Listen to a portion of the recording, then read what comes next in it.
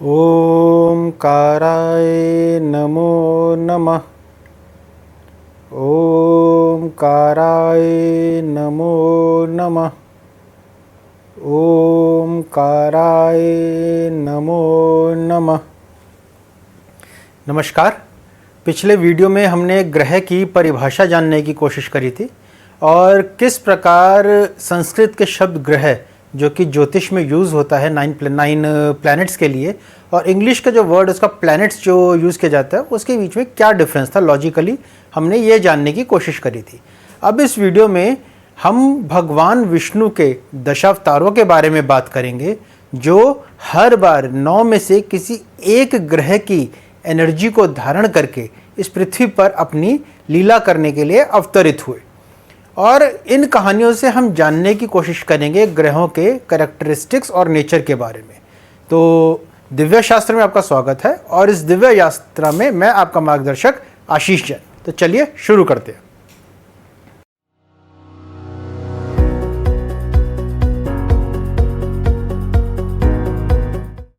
तो शुरू करते हैं हम विष्णु के पहले अवतार जो कि मत्स्य अवतार है।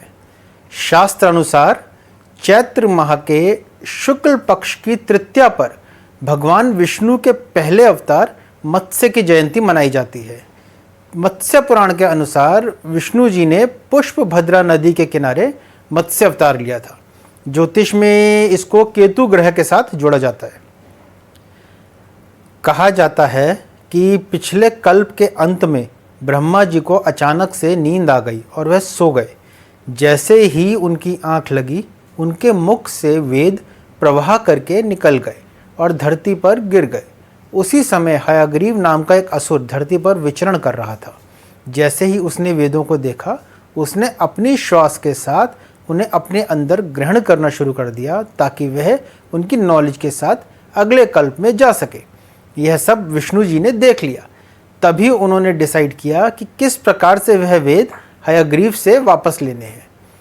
ठीक उसी समय ऋषि सत्यव्रत जो कि एक बहुत बड़े विष्णु भक्त थे सूर्य को जलांजलि दे रहे थे। जैसे ही उन्होंने जलांजलि देने के लिए जल अपनी अंजलि में नदी से लेकर भरा, उनके हाथ में एक छोटी सी मछली आ गई। मछली को नदी में डालने के लिए जैसे ही ऋषि ने हाथ बढ़ाया, मछली बोली कि हे ऋषिवर, आप मुझे अपने पास रख लीजिए, मुझे नदी में मत डालिए वरना वहाँ जो बड़ी मछलियाँ हैं वह मुझे खा जाएंगी। तो ऋषि ने उन्हें अपने पास कमंडल में पानी भर के उसके अंदर उस मछली को रख लिया एवं उस मछली को प्रोटेक्शन करने का वादा दे दिया और उस कमंडल को अपने साथ लेकर उसमें उसको दाना डालकर वो उसे अपने साथ अपने आश्रम ले गए। अगली सुबह जब सत्यव्रत उठे तो उन्होंने देखा कि मछली बहुत बड़ी हो गई और वो उस कमंडल से बाहर आ रही थी। तो क्योंकि अब उन्होंने उसको बचाने का वचन दिया था तो उन्होंने उसको एक बड़े पात्र में जल भरकर उन्होंने उस मछली को उसके अंदर रख दिया। परंतु थोड़ी देर बाद मछली फिर उससे बड़ी हो गई। तो अब ऋषि को ने उसके पास एक छोटे से पोखर में डाल दिया। कुछ समय बाद मछली उस पोखर के हिसाब से भी बहुत ज़्यादा बड़ी हो गई।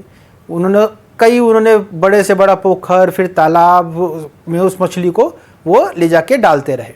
परंतु मछली हर बार अपने आकार को इस प्रकार से बढ़ा लेती थी कि वो उस जिस भी जल के अंदर वो जाती थी वो उससे बड़ी हो जाती थी, उसके समा नहीं पाती थी।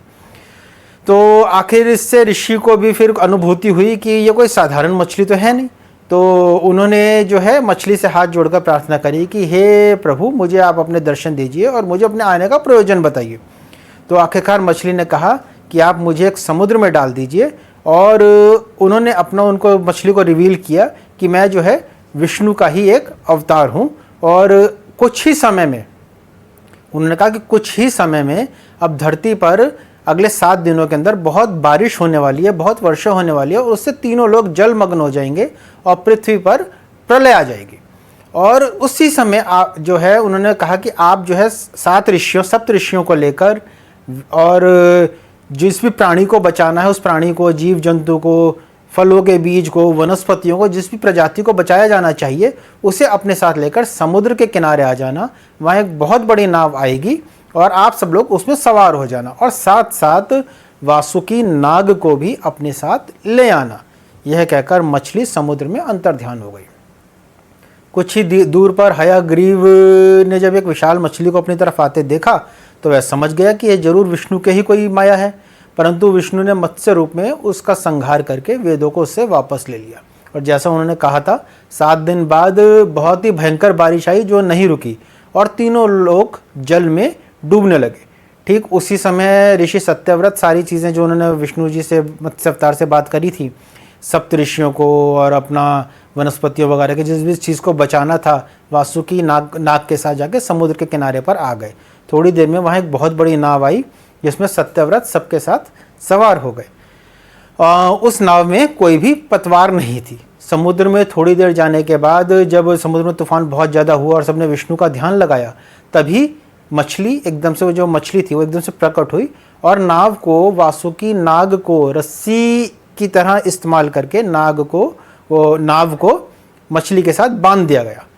तो यह प्रलय ब्रह्मा जी की एक रात जितने समय तक चलती रही और इस दौरान विष्णु जी ने सत्यव्रत एवं अन्य ऋषियों को मत्स्य पुराण की शिक्षा दी ताकि वह इस डिवाइन नॉलेज को अगले कल्प में लेकर जा सके। तो इस प्रकार मत्स्य अवतार की स्टोरी यहाँ पर समाप्त होती है। तो अब जहाँ से हमने शुरू किया था, इस कहानी से हमें केतु ग्रह के बारे में क्या पता चलता है, क्योंकि विष्णु जी ने मत्स्य अवतार केतु की एनर्जीज को अपने अंदर ग्रहण करने के बाद लिया था। तो अब देखिए, स्टार्टिंग से अगर हम देखें तो एक दिन में मछली इतनी विशाल हो गई। तो Ketu is a planet of expansion, but इसमें एक्सपैंड क्या हो रहा है, केतु एक्सपैंड क्या कर रहा है?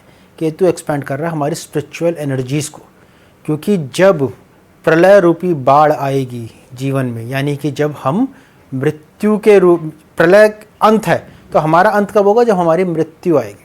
तो जब प्रलय रूपी बाढ़ इस जीवन में हमारे आएगी, जब हमारी मृत्यु होगी, उस समय हमको भव सागर से पार क्या कराएगा? हमारी ज्ञान, हमारी spiritual knowledge. So Ketu expands our spiritual knowledge and that is why Ketu is a planet of moksha. Ketu को इसीलिए मोक्ष कारक कहा गया है।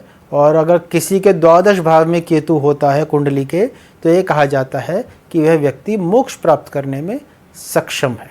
तो एक अच्छा केतु, एक गुड केतु जो है, इंसान को स्पिरिचुअलिटी की तरफ लेके जाता है ताकि वो इस जीवन मरण के चक्रव्यूह से बाहर आ सके।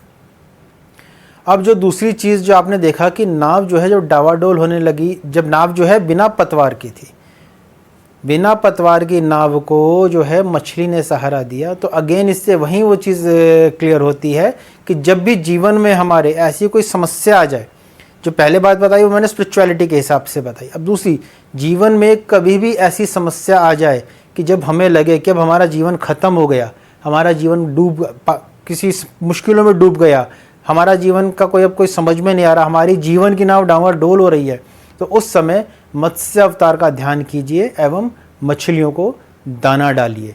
इससे आपका वह समय कट जाएगा और जो है विष्णु जो हैं मत्स्य अवतार के रूप में जीवन के उस भंवर से निकाल कर हमको बाहर लेकर आएंगे। तीसरी चीज़ जो है, मछलियों की इंट्यूशंस बहुत स्ट्रांग होती हैं। ये आप सबने भी सुना होगा कि fishes have a very great intuition.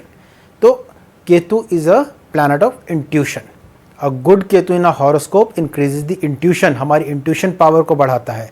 Ketu अगर अच्छे कॉम्बिनेशंस में कुंडली के अंदर बैठा हो, जो अगर 5th हाउस में, हाउस ऑफ मंत्र सिद्धि, और या अपने हाउस ऑफ 8th हाउस में, वो इंट्यूशंस को पावर देता है, हमारी इंट्यूशंस को बढ़ाता है। 4th थिंग है, हमारा ज्ञान ही हमें जो है सुरक्षित दूसरे स्थान पर लेके जा सकता है। तो इस चीज़ को हमें मत्स्य अवतार के, क्योंकि केतु ने प्रलय के दौरान ऋषियों को मत्स्य पुराण और ज्ञान की बातें बताई। तो केतु जो है हमें ज्ञान प्रदान करता है, क्योंकि हमारा ज्ञान ही हमें इस जन्म से अगले जन्म में ले जाके हमको जो है समृद्ध कर सकता है, हमारे कर्म का क्षय कर सकता है। तो इस प्रकार से अब इस लॉजिक को लगाकर जैसे भी आप अपने इंटरप्रिटेशंस कीजिए और आपको जो समझ में आता है अपने लॉजिक्स लगा के, इस प्रकार से आप मछली इस पूरी स्टोरी से केतु ग्रह के लॉजिक्स को, केतु ग्रह के कैरेक्टरिस्टिक्स को, केतु ग्रह के आप जो है नेचर को जानने की कोशिश कीजिए। और इन्हें डिफरेंट हॉरोस्कोप्स पे जब अपनी लाइफ में अपने एक्सपीरियंस के साथ लगाएंगे तो आपको पता चलेगा कि ये स्टोरी कितना जो है कोरिलेट करती है केतु ग्रह के कैरेक्टरिस्टिक्स के साथ। अच्छा, वीडियो के अंत में मैं आपको बताऊंगा कि इससे रिलेटेड एक मंत्र है, ओम नमो भगवते मत्स्य देवाय। तो जब भी हमें लाइफ में कोई प्रॉब्लम आ रही हो तो हम इस मंत्र का भी एक माला सुबह शाम जाप करके हम जो है अपने आप को उस मुश्किल समय से बाहर निकाल सकते हैं। तो इसके साथ ही मैं अपने ये पहले अवतार की स्टोरी को यहीं फिनिश करूँगा। अगले वीडियो में हम जो है भगवान विष्णु के दूसरे अवतार जो कि कूर्म अवतार थे उनके बारे में बात करेंगे और उनको जो है शनि के साथ जोड़ा जाता है। तो उस स्टोरी से हम जो है शनि के कैरेक्टरिस्टिक्स को जानने की थोड़ी कोशिश करेंगे। नमस्कार।